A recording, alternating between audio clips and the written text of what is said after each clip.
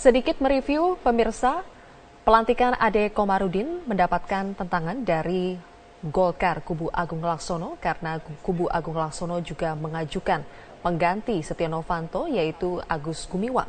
Dan mereka memprotes karena menganggap bahwa penunjukan atau kesepakatan pelantikan Ade Komarudin tidak mendapatkan persetujuan dari Golkar kubu Agung Laksono, bahkan tidak dibahas dalam sidang paripurna ini. Rekan-rekan, saat ini perwakilan dari fraksi Demokrat Ruhut Sitompul sedang menyampaikan pandangannya. Kawan-kawan, tolonglah kita hormati sahabat-sahabat kita partai lain. Mereka lagi ada masalah, kenapa? Kita nggak sabar. Kita percayakan kepada Fadli John, kepada Fahri Hamzah, kepada Pak Agus, Pak Taufik sementara. Jangan kita memaksakan kehendak, itu nggak baik. Ya, jangan kita manipulasi. Saya mohon, tolong kawan-kawan, mau nggak lembaga kita ini dihormati? Kalau kita begini terus, kita hormatilah. Apalagi sahabat kita PDI Perjuangan juga sudah memohon. Mereka lagi rakernas. Tolonglah, please. Mau kemana kalian semua? Malu aku jadi anggota DPR. Saya Ruhut Poltak Sitompul, fraksi Partai Demokrat, Dapil Sumut 399. Terima kasih.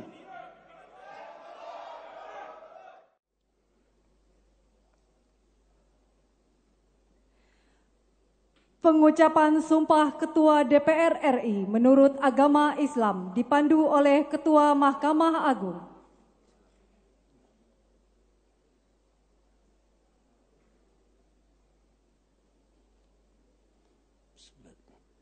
Sebelum memangku jabatan Ketua Dewan Perwakilan Rakyat, saudara wajib bersumpah menurut agama Islam. Apakah saudara bersedia? Bersedia.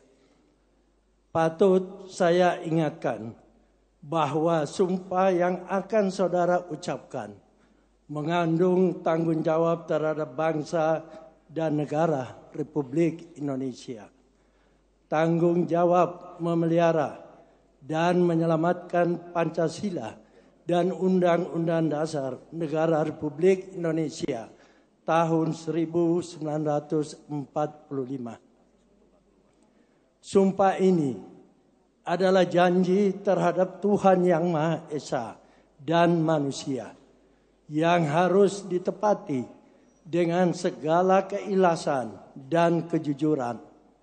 Saya harap saudara mengikuti dan menirukan kata-kata saya dengan hikmat. Demi Allah saya bersumpah. Demi Allah saya bersumpah. Bahwa saya akan memenuhi kewajiban saya. Akan memenuhi kewajiban saya. Sebagai Ketua Dewan Perwakilan Rakyat. Sebagai Ketua Dewan Perwakilan Rakyat. Dengan sebaik-baiknya. Dengan sebaik-baiknya. Dan seadil-adilnya. Dan seadil-adilnya. Bahwa saya akan memegang teguh Pancasila. Akan memegang teguh Pancasila. Dan menegakkan Undang-Undang Dasar. Dan menegakkan Undang-Undang Dasar. Negara Republik Indonesia. Negara Republik Indonesia. Tahun 1945.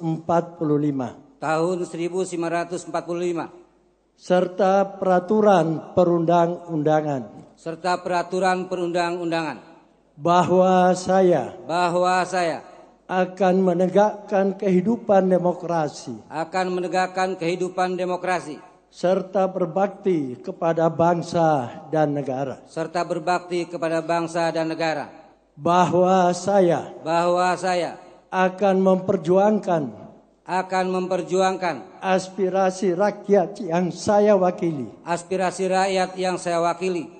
Untuk mewujudkan tujuan nasional. Untuk mewujudkan tujuan nasional. Demi kepentingan bangsa. demi kepentingan bangsa dan negara kesatuan Republik Indonesia. dan negara kesatuan Republik Indonesia.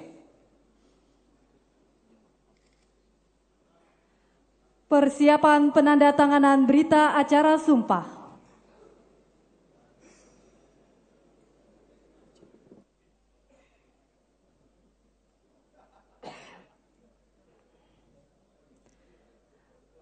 Penandatanganan berita acara sumpah oleh Ketua DPR.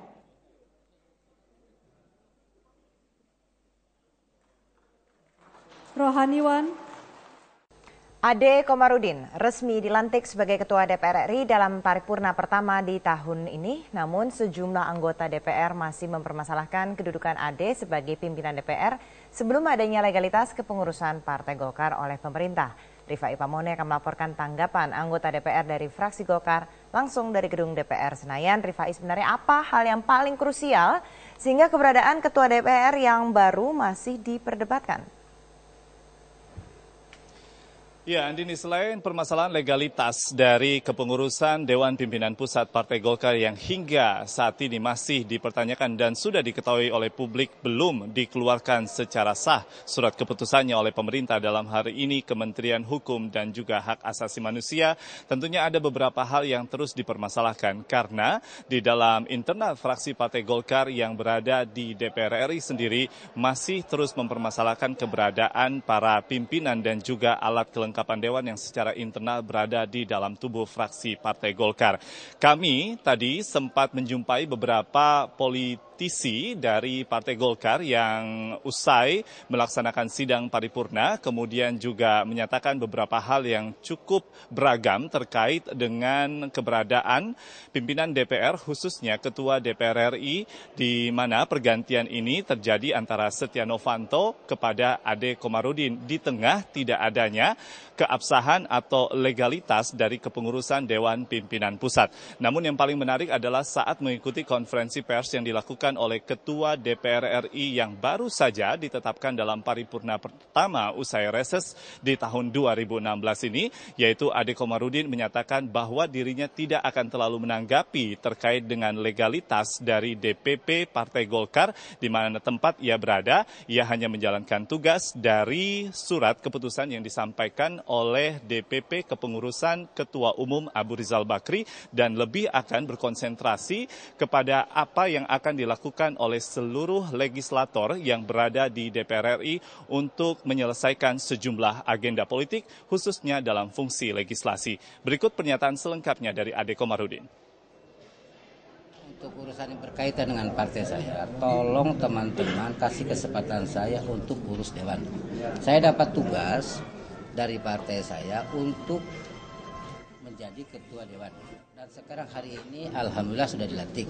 Itu kan amanah partai dan amanah seluruh anggota Dewan 560. Yang tadi dalam rapat konsultasi seluruhnya bulat. Tidak ada yang bisa mengatakan penolakan kepada saya. Ya, dan beberapa hal yang disampaikan oleh anggota dari fraksi Partai Golkar yang berada di DPR RI tentunya juga memang terbagi dikarenakan kita ketahui bersama Andini Effendi di dalam tubuh fraksi Partai Golkar yang berada di DPR RI ini juga berasal dari dua kubu yang berbeda yang sempat menyatakan kepengurusannya sah, yaitu dari kubu Agung Laksono hasil Munas Ancol Jakarta dan juga dari kubu Abu Rizal Bakri hasil Munas Bali beberapa tahun yang lalu. Namun seluruh keberpihakan yang ada di dalam tubuh fraksi Partai Golkar ini tentunya masih akan kita tunggu karena ada permasalahan-permasalahan yang harus diselesaikan secara internal sesuai dengan ADART Partai Golkar. Kembali ke studio, Andini. Rifai Pamone, terima kasih. Pemirsa, isu reshuffle atau perombakan Pengambilan sumpah anggota DPR RI menurut agama Islam dipandu oleh pelaksana tugas Ketua DPR RI.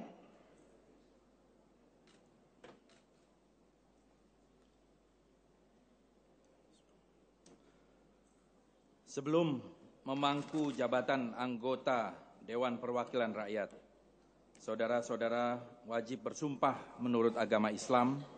Apakah saudara-saudara bersedia? Bersedia.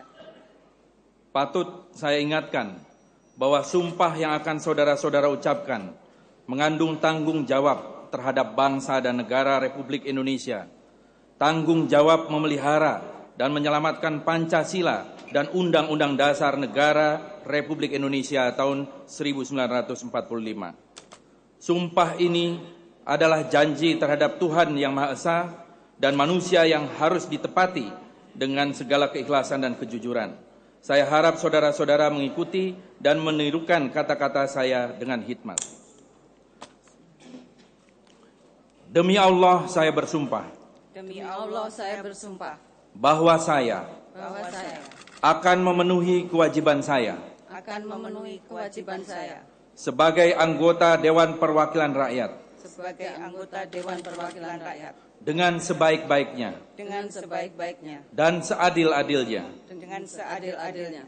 Sesuai dengan peraturan perundang-undangan. Sesuai dengan peraturan perundang-undangan. Dengan berpedoman pada Pancasila. Dengan berpedoman pada Pancasila. Dan Undang-Undang Dasar. Dan Undang-Undang Dasar. Negara Republik Indonesia. Negara Republik Indonesia. Tahun 1945. Tahun 1945. Bahwa saya. Dalam menjalankan kewajiban. Dalam menjalankan kewajiban. Akan bekerja dengan sungguh-sungguh. Akan bekerja dengan sungguh-sungguh. Demi tegaknya kehidupan demokrasi. Demi tegaknya kehidupan demokrasi. Serta mengutamakan. Kepentingan bangsa dan negara. Kepentingan bangsa dan negara. Daripada kepentingan pribadi. Seseorang. Dan golongan. Bahwa saya. Akan memperjuangkan aspirasi rakyat yang saya wakili. Untuk mewujudkan tujuan nasional. Demi kepentingan bangsa. Dan negara kesatuan Republik Indonesia.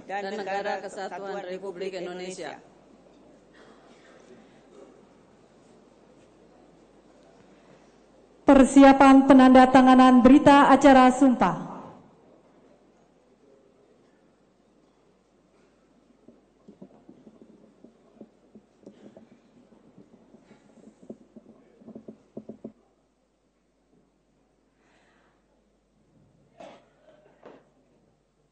Penandatanganan berita acara sumpah didahului oleh Ibu Eva Kusuma Sundari.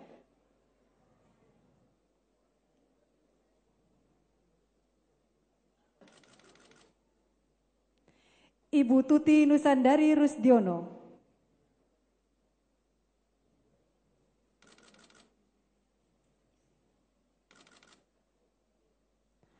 Rohaniwan.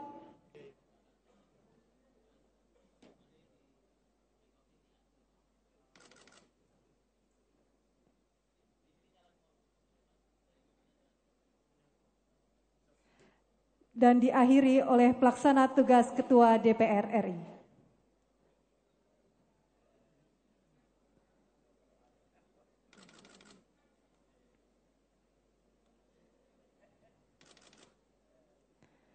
Rohaniwan dipersilahkan kembali ke tempat semula. Pemberian ucapan selamat kepada anggota DPR yang baru dilantik oleh pimpinan DPR RI. Upacara pelantikan anggota DPR RI selesai. Pimpinan DPR RI dipersilakan menempati kursi pimpinan dan anggota yang baru dilantik. Kita ke informasi lain, pemirsa, sidang paripurna pelantikan Ade Komarudin sebagai Ketua DPR sempat diwarnai kegaduhan. Pelantikan Ade Komarudin nyaris ditunda karena sebagian anggota DPR menolak pelantikan Ade Komarudin di tengah kekosongan kepengurusan Partai Golkar yang sah. Bagaimana kondisi pasca pelantikan Ade Komarudin? Maria Lizia Hasya akan melaporkan langsung dari DPR Jakarta. Maria, bagaimana perkembangan terkini di DPR pasca pelantikan Ketua DPR?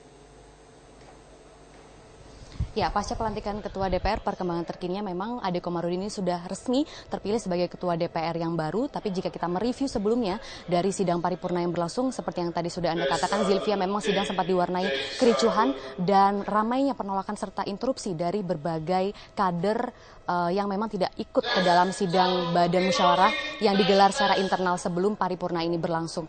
Nah, jika kita review tadi penolakan atau interupsi itu datang dari Partai Demokrat, kemudian PDIP, juga ada dari Partai Golkar hasil Monas Ancol. Bahkan tadi sampai ada beberapa kader yang maju ke depan begitu untuk ke arah pimpinan Dewan untuk melayangkan protesnya. Selain itu juga ada kader dari beberapa Monas Ancol ini, kader Partai Golkar dari Monas Ancol yang menyerahkan map yang berisi pencalonan nama lain, yaitu Agus Gumiwang yang memang selama ini terkesan tidak mendapatkan gubrisan dari pimpinan DPR karena tidak dibahas sama sekali di Bamus sebelumnya, dan juga tadi saat interupsi berlangsung juga tidak dibahas terkait pencalonan nama lain Agus Gumiwang tersebut. Nah, dan akhirnya ini Zilvia, meskipun di tengah interupsi yang berlangsung, Ade Komarudin tadi tetap dilantik sebagai ketua DPR yang baru karena memang ada dilematis Zilvia. Jika kita lihat ini banyak sekali tadi interupsi yang mengatakan bahwa mendahulukan keabsahan Partai Golkar terlebih dahulu baru memilih ketua DPR yang memang masih jatah dari Partai Golkar, ataupun jika tidak segera melantik ketua DPR yang baru ini banyak sekali program-program kerja di DPR yang akan tertunda. Itu tadi dilematis yang dibahas Zilvia. Nah, tapi keluar dari sidang paripurna yang berlangsung ini juga ada isu menarik lainnya Zilvia di DPR saat ini, yaitu memang sebelumnya ini juga isunya sempat santer bahwa akan ada desakan mundur terhadap Wakil Ketua DPR Fahri Hamzah dari internal PKS. Nah, sebenarnya Fahri mengatakan sejauh ini dirinya belum menerima pernyataan resmi atau permintaan resmi dari partainya terkait desakan mundur tersebut. Namun Fahri juga membenarkan jika memang ada pembicaraan pribadi dari Ketua Majelis Syuro PKS terhadap dirinya. Jadi sifatnya ini masih antar individual saja Zilvia. Nah, jika dilihat itu memang menunjukkan memang ada desakan mundur dari beberapa internal fraksi PKS terhadap Wakil Ketua DPR RI Fahri Hamzah. Untuk itu kami tadi juga sempat mewawancarai Ketua Fraksi DPR RI yaitu Jazuli Juweni yang berasal dari PKS, dan berikut adalah kutipannya. Sekarang sampai sekarang fraksi belum berpikir, karena yang mengatakan dievaluasi itu kan Saudara Muzamil sama Saudara Mardani kan. Mungkin mereka lebih tahu apa yang dimaksud. Tetapi saya sekali lagi ingin mengatakan bahwa ini adalah persoalan internal PKS. Insya Allah akan bisa diselesaikan secara internal dengan baik. Mudah-mudahan masalahnya tidak terjadi. Sampai sekarang isu ini Zilvia, kami masih akan memberikan perkembangan terkininya karena menurut informasi yang kami dapatkan Fahri Hamzah akan memberikan keterangan persnya terhadap sejumlah awak media di ruangan pers di Nusantara 2 tidak lama sore ini. Begitu yang kami dengar Zilvia. Untuk sementara kami kembalikan dulu ke studio. Maria Lizia Hasni melaporkan langsung dari DPR Jakarta. Salah satu yang menghambat itu adalah soal kedisiplinan anggota. Nah, soal kunjungan ke luar negeri. Nah, kunjungan ke luar negeri saya dengan teman-teman pimpinan Dewan dan pimpinan fraksi akan membuat komitmen bersama. Tidak boleh bagi dalam pembahasan pansus. Kalau pembahasan pansus sekarang selalu ada studi banding, tidak boleh. Pokoknya tidak ada kunjungan itu. Komisi per tahun tidak boleh. Kecuali komisi yang memang tupoksinya ngurus luar negeri. Komisi 1 misalnya? Komisi 1 ya memang mitranya. BKSAP memang mitranya, memang pekerjaan mereka itu. GKSB, seluruh anggota ini punya hak menjadi anggota GKSP dan dia punya mitra di negara lain, parlemen lain, itu boleh. Dengan dalih studi banding? Nah, kalau itu bukan studi banding, memang itu GKSP ini kita sudah memutuskan sekian lama, sudah berperiode-periode bahwa kita ini ada misalnya saya memilih bermitra dengan parlemen Australia, gitu, yaitu kunjungan saling balasan. Jadi itu tugas. Nah, tetapi untuk pembuatan undang-undang segala macam saya hindari betul.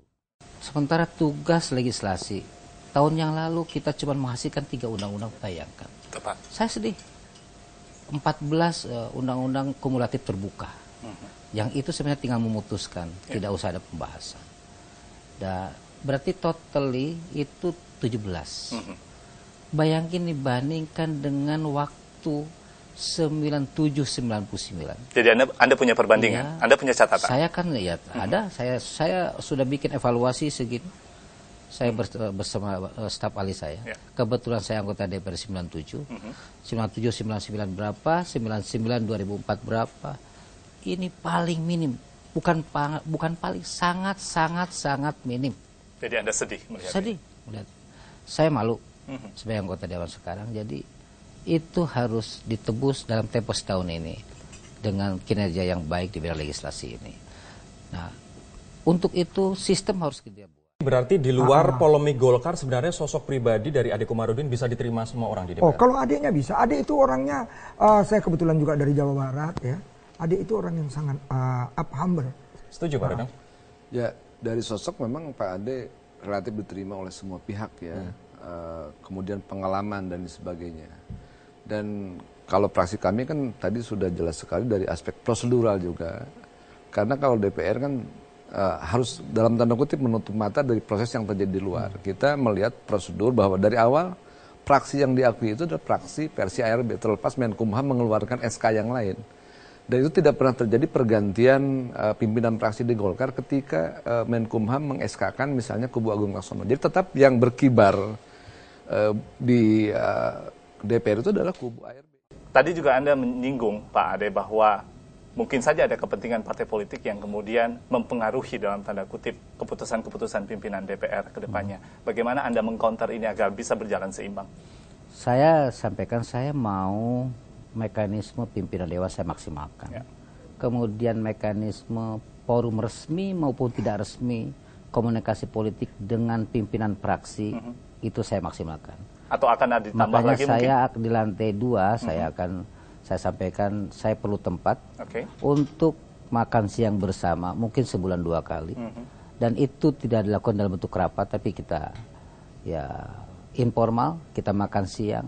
Mungkin dengan cara seperti itu. Sebulan, 2 bulan ya, sekali? Sebulan bisa 2 kali, atau sebulan sekali, kita lihat kepentingannya nanti. Dan itu rutin dilakukan sepanjang periode ini. Dan tentu komunikasi yang intensif itu saya meyakini bahwa dan teman-teman akan terbuka, oh masalahnya begini, kami tidak bisa mendukung karena begini. Pasti akan terbuka. Kalau terbuka seperti itu kita tahu masalahnya di mana. Kuncinya komunikasi. Kuncinya komunikasi. Ini baik sekali Rory mengatakan Bung Agung nggak bisa menerima kan sekarang melaporkan. Ya hasil tadi menggugat. Tapi itu sebelum dipanggil Bapak Presiden yang kita hormati Pak Joko Widodo. Dengan sudah dipanggil ini, saya rasa sahabat-sahabat Golkar, saya mohon dengarlah nasihat Bang Akbar Tanjung. Udahlah, munaslah kalian. Memang Metro TV ini aku bangga, hebat sekali. Karena tadi judulnya apa? Ade Komarudin, kau yang milih siapa? Biar jelas siapa yang milih Ade Komarudin, segeralah munas. Setelah munas, kawan-kawan udahlah, jangan siapa lagi. Tetap Ade Komarudin. Ini masalahnya kubu Ical kekeh nggak mau munas Bang. Enggak lah Pak. Ical juga kalau di belah hatinya mau itu.